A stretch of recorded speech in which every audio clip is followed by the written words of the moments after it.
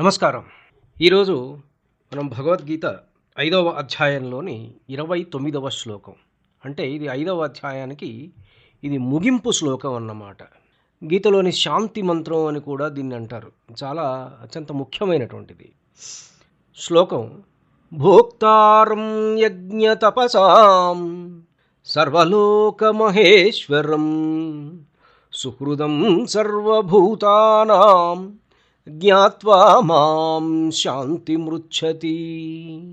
భోక్తారం అనుభవించువానిగా అంటే యజ్ఞఫలాలను స్వీకరించేవానిగా, యజ్ఞతపసాం యజ్ఞాలకు మరియు తపస్సులకు, సర్వలోక మహేశ్వరం అన్ని లోకాలకు అధిపతిగా, సుహృదం అంటే మిత్రుడు, హితైషి ఎటువంటి స్వార్థము లేకుండా మన మేలు కోరేవాడు, సర్వభూతానాం సమస్త ప్రాణికోటికి, జ్ఞాత్వా తెలుసుకొని, మాం నన్ను, శాంతిం పరమశాంతిని, రుచ్చతి పొందుతాడు, నన్ను తెలుసుకొని పరమశాంతిని పొందుతాడు. ఇది అండర్లైన్ చేసుకోండి జాగ్రత్తగా. మనం వచ్చే దాంట్లో చాలా డిస్కషన్ చేసుకుంటాం. నన్ను తెలుసుకొని అంటే నేను అనేటువంటిది కూడా వస్తుంది. సమస్త యజ్ఞాలకు తపస్సులకు భోక్తను నేనే అని, ఈ సర్వలోకాలకు నేనే ప్రభువునని, మరియు సమస్త ప్రాణికోటికి నేనే పరమమిత్రుడనని, నన్ను అనగా పరమాత్మను తెలుసుకున్నవాడు శాంతిని పొందుతాడు. ఇక్కడ కన్ఫ్యూజన్కి ఏమీ తావులేదు. ఇక్కడ ముఖ్యమైన విషయాలు మూడింటిని మనం తెలుసుకుందాం. ఒకటి అహంకార రాహిత్యం. అదేమిటంటే మనం చేసే పనులు అంటే యజ్ఞాలు, తపస్సులు, అన్ని రకాల పనులు ఇవేవి కూడా మన కోసం కావు, అవి భగవదర్పణం అని గుర్తించడం. 2 శరణాగతి, భగవంతుడు అందరినీ శాసించే మహేశ్వరుడు అని భావించడం. 3వది అభయం, దేవుడు మనకు కేవలం అధికారి మాత్రమే కాదు, ప్రతి ప్రాణి హృదయంలో ఉండి హితం కోరే మిత్రుడు, సుహృత్ అని నమ్మటం. ఇట్లాంటి అవగాహన కలిగినప్పుడు మనిషికి భయం, ఆందోళన ఉంటుందా? ఏమీ ఉండదు. భయం ఉండదు, ఆందోళన ఉండదు. ఒక సాధకుడు తన అంతరాత్మతో లేదా తన అస్తిత్వంతో అనుసంధానమై చూశాడనుకోండి ఇదే శ్లోకాన్ని, రమణ మహర్షుల వారు ఒక విషయం చెప్తారు. నేను ఎవరో తెలుసుకోమంటారు. దీనికి ఒక చిన్న కథ నేను ఎప్పుడో చిన్నతనంలో ఒక 6వ తరగతిలోనో 7వ తరగతిలోనో చందమామలో చదివిన కథ చెప్తాను మీకు. నేను ఇద్దరు ఒక సాధువు దగ్గరకు ఒక మనిషి వచ్చాయట. నేను ఎవరో నాకు చెప్పు అంటే, ఒరే నాయన, ఆ మనిషి యొక్క చెయ్యి చూపించి చెయ్యిని పట్టుకొని పైకి లేపి, ఈ చెయ్యి ఎవరిది అని అడిగాయట. ఇది నాది అన్నాడు ఆ మనిషి. కళ్ళు చూపించి, ఈ కళ్ళు ఎవరివి అంటే ఇవి నావి అన్నాడట. అలానే శరీరంలోని ఏ భాగాన్ని చూపించి అడిగినా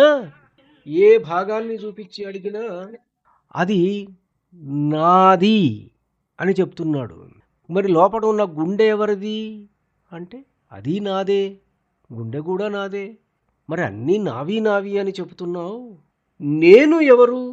ఈ నేను ఎవరు అంటే ఇది నాది అని చెప్పేటువంటి ఈ నేను ఎవరు? నాది అని చెప్తున్నావే వాడే నేను. ఆ చెప్పేదే అదేమిటి? మాటకు మాట, కంటికి కన్ను, చూపుకి చూపు. అంటే ఒక మనిషి జస్ట్ ఒక సెకండ్ క్రితమే చనిపోయాడు అనుకోండి. చనిపోతే అంతకుముందు దాకా స్పష్టంగా చూసిన కన్ను చూడలేకపోతుంది. అదే కన్ను, అదే పార్ట్ ఉంది. మళ్ళీ ఆ కన్నుని తీసి ఇంకొక వ్యక్తి యొక్క అది అమరిస్తే ఆ కన్ను చూడటం మొదలు పెడుతుంది. కానీ అప్పటిదాకా ఉన్నటువంటి ఆ కన్ను చూడడానికి కారణమైన శక్తి ఏది? అదే నేను. ఈ శ్లోకాన్ని బాహ్య దైవం గురించి కాకుండా నేను ఎవరు అనేటువంటి ఆత్మజ్ఞాన కోణంలో విశ్లేషిస్తే ఇది ఒక శక్తివంతమైనటువంటి ధ్యాన స్థితిని అంటే సెల్ఫ్ రియలైజేషన్ సూచిస్తుంది. భోక్తారం యజ్ఞ తపసాం అంటే నేనే అనుభవకర్తను. నా జీవితంలో నేను చేసే ప్రతి ప్రయత్నం, పడే ప్రతి కష్టం, చేసే ప్రతి పని చివరకు నా లోపల ఉన్న చైతన్యానికే చెందుతాయి. బాహ్య ప్రపంచం కోసం నేను చేస్తాను అనుకున్నా నిజానికి ఆ అనుభూతిని పొందుతున్నది నాలోని అంతరాత్మ. నేనే నా అనుభవాలన్నింటికీ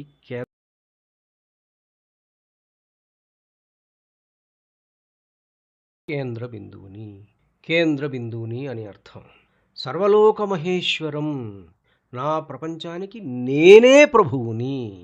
నా ఆలోచనలు, నా భావోద్వేగాలు, నా ఇంద్రియాలు అనేటువంటి ఈ లోకానికి నేనే యజమానిని.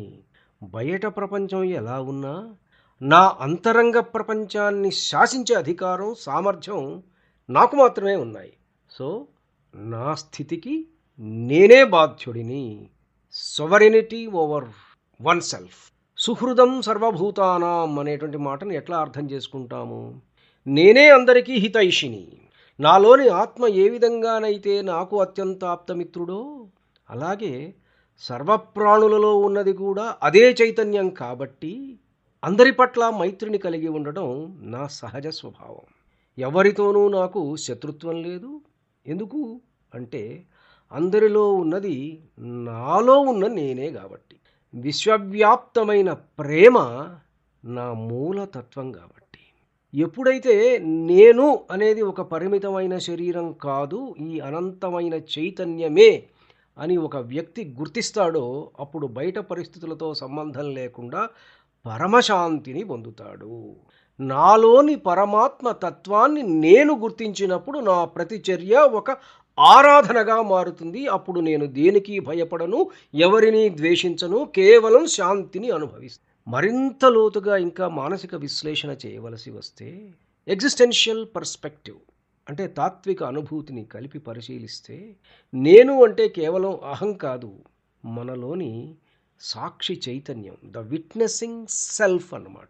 వీ హ్యావ్ అన్ ఇన్నర్ సవరినిటీ, అంతర్గత సామ్రాజ్యం ఉన్నది. సర్వలోక మహేశ్వరం అన్నప్పుడు మన మనస్సులో నిరంతరం పుట్టే ఆలోచనలు, కోరికలు, జ్ఞాపకాలు అనేటువంటివి ఒక పెద్ద లోకం. సాధారణంగా మనం వీటికి బానిసలమై ఉంటాం. కానీ ఈ శ్లోకపు లోతైన అర్థం ఏమిటంటే సెల్ఫ్ మాస్టరీ. నా మనస్సులో కలిగే ఆందోళనకు లేదా ఆనందానికి బాహ్య వ్యక్తులు కారణం కాదు, నా అంతరంగ సామ్రాజ్యానికి నేనే చక్రవర్తిని. బయట ప్రపంచాన్ని మార్చలేకపోయినా దానిని నేను స్వీకరించే విధానాన్ని, అంటే it means the perception, the how I perceive the things, that I can change. దాన్ని మార్చుకోగలను. ఇదే అసలైన మహేశ్వరత. కర్మ మరియు కర్తృత్వం, ట్రాన్సెండింగ్ డ్యూయర్షిప్. భోక్తారం యజ్ఞ తపసాం అంటే సాధారణంగా నేను అనుభవిస్తున్నాను అనిపిస్తుంది. కానీ లోతుగా చూస్తే మనం చేసే ప్రతి పని యజ్ఞం. దాని వెనక ఒక ఫలితం ఆశిస్తాం. ఆ ఫలితం దక్కనప్పుడు అశాంతి కలుగుతుంది. కానీ నేను కేవలం ఒక పాత్రను మాత్రమే, నా ద్వారా ప్రకృతి ఈ పని చేయిస్తుంది, దీని ఫలితం కూడా ఆ విశ్వ చైతన్యానికే చెందుతుంది అని భావించినప్పుడు బాధ్యత ఉంటుంది, కానీ భారం ఉండదు. పని చేసేటప్పుడు నేను అనే అహం కరిగిపోయి పని మాత్రమే మిగిలినప్పుడు కలిగే ఆనందమే భోక్తృత్వం. సుహృదం సర్వభూతానాం అనే పదం ఉంది చూసారా? మనం తరచుగా మనల్ని మనం విమర్శించుకుంటూ ఉంటాం, సెల్ఫ్ క్రిటిసిజం. కానీ నాలోని నేను నాకు అత్యంత ఆప్తమిత్రుడు. Universal connection. నాలోని నేనుని నేను ప్రేమించుకోగలిగినప్పుడే ఎదుటివారిలో ఉన్న నేనుని కూడా నేను గౌరవించగలను. అందరిలో ఉన్నది నేనే అన్నప్పుడు విద్వేషానికి తావు ఉండదు. ఇది ఒక రకమైనటువంటి స్పష్టమైనటువంటి ఎమోషనల్ ఇంటెలిజెన్స్ అనే కాన్సెప్ట్కి this is the peak of that concept. జ్ఞాత్వా మాం శాంతి మృచ్చతి. ఇది కేవలం సమాచారం కాదు, అది ఒక అనుభవం. మన శాంతి కోసం బయట ఎక్కడో వెతుకుతాం, వస్తువుల్లో, పదవుల్లో, ప్రశంసల్లో. ఎదుటివాడు మనల్ని పొగిడినప్పుడు మనకు ఆనందం. కానీ శాంతి అనేది ఒక ప్రొడక్ట్, ఒక వస్తువు కాదు. అది ఒక బై ప్రొడక్ట్. దేనికి అంటే మనం పైన చెప్పిన విషయాల అవగాహనకు. నేను ఒంటరిని కాను, అల్పుడిని కాను, ఈ సృష్టి అంతా విస్తరించి ఉన్న చైతన్యంలో నేను ఒక భాగస్వామిని. You are the sharers of immortal bliss my dear brethren అని వివేకానందుడు అన్నాడు చూడండి. నేను ఒంటరిని కాను, అల్పుడిని కాను, ఈ సృష్టి అంతా విస్తరించి ఉన్న చైతన్యంలో నేను ఒక భాగస్వామిని అని గుర్తించిన క్షణమే శాంతి సహజంగా ప్రాప్తిస్తుంది. ధన్యుణ్ణి. నమస్కారం. మీ ఊటుకూరు జానకి రామారావు.